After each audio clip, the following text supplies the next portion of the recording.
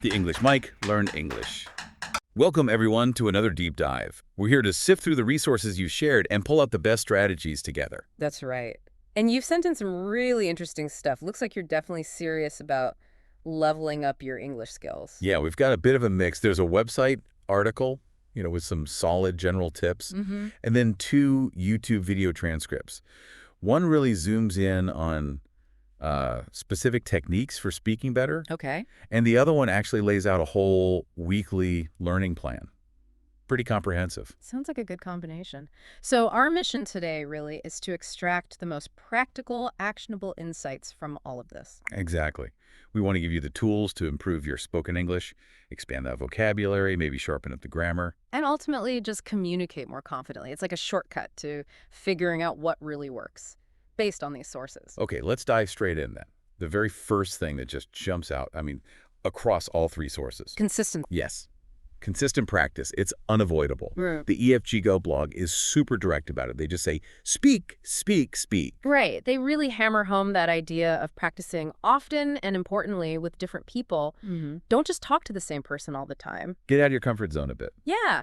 And the Influent video kind of builds on that. They point out that, just studying grammar rules or listening passively, it's not enough. Right. You have to actually speak. You've got to engage those vocal cords, make the sounds. It's like building muscle memory, but for talking. Precisely. And Bob the Canadian, he gets really practical with the time commitment. He suggests, what, about an hour a day? Yeah, roughly an hour, Monday through Friday. Yeah. But he also says, look, if an hour is too much, even 30 minutes is valuable. As long as you use it effectively. Exactly. Make it a regular habit, like brushing your teeth for your English skills. I like that analogy. So once you've carved out that time, how do you actually spend it? That leads us to the active learning techniques, right? Absolutely. And there's some fun ones suggested. The website article talks about watching TV shows, cartoons, movies. Things you might enjoy anyway. Right. And they suggest using subtitles, which I think is a great tip. It helps you connect what you're hearing with how it's written. Oh, definitely. It bridges that gap. And that links nicely to listening to music, which both the website and Bob the Canadian mention. Yeah, the website points out how songs can make you curious about lyrics, wanting to know what they mean. And Bob includes it in his weekly plan. Plus, it's just a fantastic way to work on pronunciation, rhythm, intonation, without feeling like you're studying. Totally. Then there's reading. All the sources agree on reading books, magazines, newspapers. Standard advice, but still crucial. Yeah, but the website makes a good point. Pick stuff at your level. Don't jump into something super complex if you're just starting. Right. Avoid getting discouraged. Maybe start with graded readers or even simpler articles. And Bob the Canadian has that interesting tactic for books. Read a chapter in English first. Yeah, read it in English, and if you're struggling, then read the same chapter in your native language. It helps solidify understanding. That's clever. He also suggests simple Wikipedia, doesn't he? He does, which is brilliant. It uses simpler language and sentence structures so you can grasp complex topics more easily. Great resource. Okay, so while you're doing all this reading and listening, you're obviously going to hit new words, which brings us to vocabulary building. The essential building blocks. Both the website and Bob say, write down new words.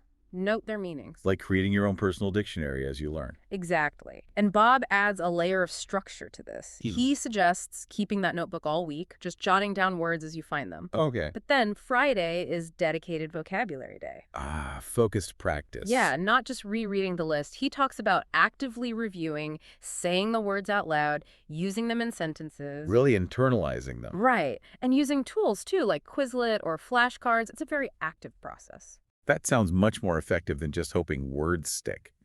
And the website had that really simple, practical idea, too. Oh, the sticky notes. Yeah. Label things around your house, the door, the chair, the refrigerator. Constant visual reinforcement. Simple but potentially very effective for everyday items. Just maybe warn your family first. Good point. Okay, moving on to the big one for many learners, speaking. How do we actually improve the talking part? Well, the website encourages practicing with people you know, like friends and family. A safe space to start. Exactly, low pressure. But then the Influent video introduces this technique they call imitation. Right, I saw that. It's not just repeating like a parrot, though, is it? No, not exact. The idea is you listen to a short chunk of speech, Okay. and then you try to express the same idea but in your own words. You start small, then build up to longer segments. Ah, so you're processing it and reformulating it. Precisely. And they claim it helps with a lot of things, implicitly, sentence structure, grammar, vocabulary, just expressing yourself more smoothly. Like absorbing the patterns without consciously studying the rules sometimes. Kind of, yeah. But They call it implicit learning. You're learning by mimicking the flow and structure. that makes sense. It's like using training wheels built by native speakers. And Bob the Canadian, he's a strong advocate for getting a tutor. Right, for dedicated conversation practice. He mentions platforms like Preply, Cambly, italki.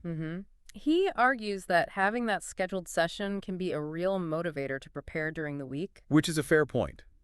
But he does offer alternatives if a tutor isn't feasible, right? Yes, absolutely. He suggests talking to yourself out loud. Narrating your day. Yeah, basically. Describe what you're doing, what you're thinking. It feels weird at first, maybe, but it's real-time sentence construction practice. Free practice. Can't argue with free. And the EFGO blog had a tip about phones. Ah, yes. Pick up the phone. They see it as good practice because you lose the visual cues. Makes it more challenging. Forces you to rely purely on listening and speaking. Exactly. They suggest starting with friends first, where it's less intimidating. Okay, so speaking is key, but it doesn't happen in isolation.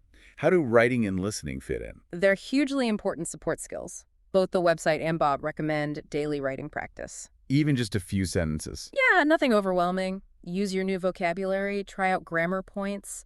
Bob suggests writing about yesterday, then about tomorrow. Oh, that's smart. Practicing past and future tenses naturally. And he also suggests leaving comments on YouTube videos in English. That's a cool idea. Real-world writing practice, and you might even get a reply. Could lead to interaction. And for listening, the EF Yugo blog highlights that listen and read combo for finding new expressions. Seeing them in context. Right.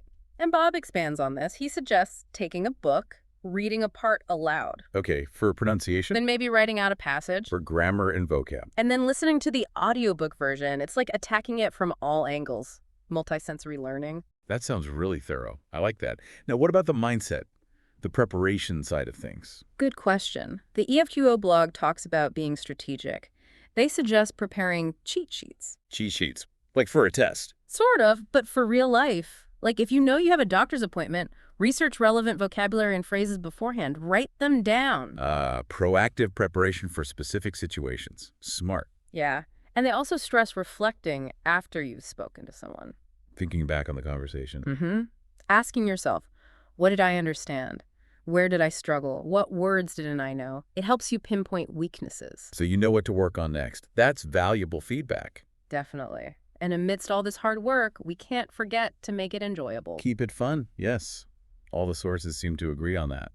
The EFJO blog has some fun ideas. Talking to yourself, as we mentioned. Singing English songs loudly. Tongue twisters. Yeah, great for pronunciation. Mhm. And even giving yourself little impromptu speeches on random topics, just for practice. Gets you thinking on your feet in English. And Bob also emphasizes choosing materials you genuinely like, a song, a book, a show that interests you. Makes sense. If you enjoy it, you'll stick with it. It feels less like a chore. Exactly. Engagement is key. Now, there were a couple more specific tips. Yeah. One was about learning phrases. Ah, yeah, from the EFUO blog. Learn phrases rather than single words. Why is that better? Because it helps you sound more natural, more fluent. You learn words in chunks, how they're actually used together. They gave examples like learning different ways to say hello, not just the basic one. Right. Expands your conversational toolkit. Definitely. And the last specific technique was recording yourself. Oh, yeah. The EFU blog suggested that. Record your voice. It can feel a bit awkward listening back to yourself. Cringy, maybe? Yeah, potentially. But it's incredibly useful for spotting things like speaking speed, pronunciation issues, maybe filler words you overuse. Objective feedback, even if it's just from yourself. And they suggested maybe sharing it with a teacher. Or a native speaker friend, yeah, for more targeted advice. Okay, that's a lot of great techniques. And finally, Bob the Canadian kind of pulls it all together with his weekly plan, right? He does. It provides a really clear structure. Monday, reading. Tuesday, writing. Wednesday, listening. Thursday, speaking. Oh, and Friday, vocabulary focus, it systematically covers the core skills. Plus weekends for finding new stuff or just taking a well-deserved break. It's a solid framework someone could definitely adapt for themselves. So wrapping this all up, the big picture seems clear. Improving your English isn't about one magic bullet. Not at all. It's about consistent, varied practice. Hitting it from all sides: speaking, listening, reading, writing, vocab. And finding ways to make it engaging, using all these different techniques we've talked about. Absolutely. Hopefully this deep dive has distilled those key strategies from the sources and giving you a clearer path forward. A bit of a shortcut to knowing what works. Definitely. So the final thought to leave you with is this. Considering everything we've unpacked today, what's just one specific action, one technique that you can actually start doing today to push your English learning forward? And maybe think about how structuring your week, perhaps inspired by Bob's plan or tailored to your own style using these tips, could really impact your fluency and confidence over, say, the next few months. Which ideas really clicked for you and your goals?